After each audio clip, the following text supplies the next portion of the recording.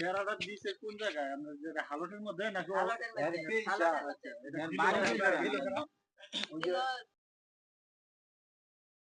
পরে এক সপ্তাহ ওইভাবে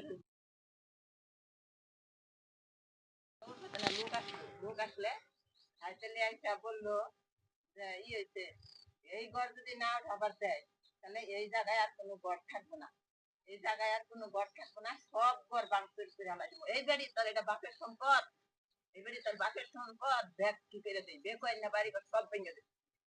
খুব হুমকি দিমকি দেওয়া হয়ে গেল মানে এলাকায় হুমকি দেওয়া গেলে কিছু কিছু লোক সত্তা আমি বাড়ি থেকে আর বাইরে বাড়তে দিই না, সবাই আমার মনে করে একমাত্র খাওয়া দাওয়াই বন্ধ আমার।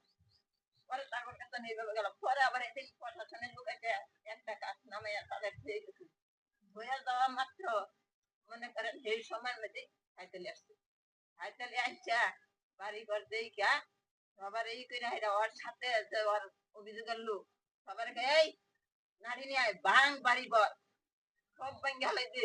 এই একটা বাড়ি ঘর থাকে না, এই বাড়ি ঘর একটা থাকে না, মামলা করতো আমি দিব এখন ভাঙ এখন তোর মার কর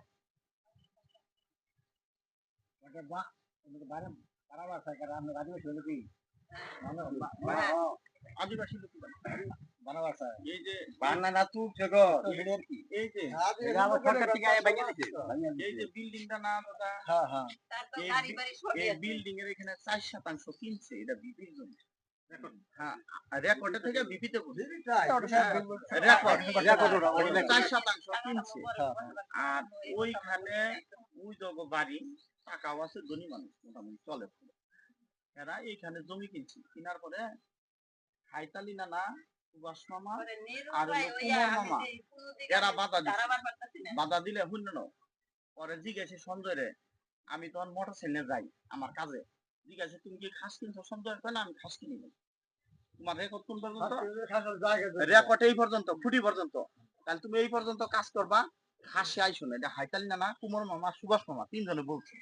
আমি ভালো মন্দ না জিজ্ঞা আমার মতো আমি গেছি গা। গেলে পরে 2 দিন পরে কুমার মামা করে খাই যা বাড়ি করুক যা, আগেও বাড়ি আছে করুক যা। এরপরে 2 দিন পরে শুনি হাইতাল না কুমার মামা এরা কাছারিতে ঘুরে যে এটা ই দিয়ে দেখ বাড়ি করার অনুমতি দেখ, কাছারিতে ঘাটালিয়েছিলেন অফিসে।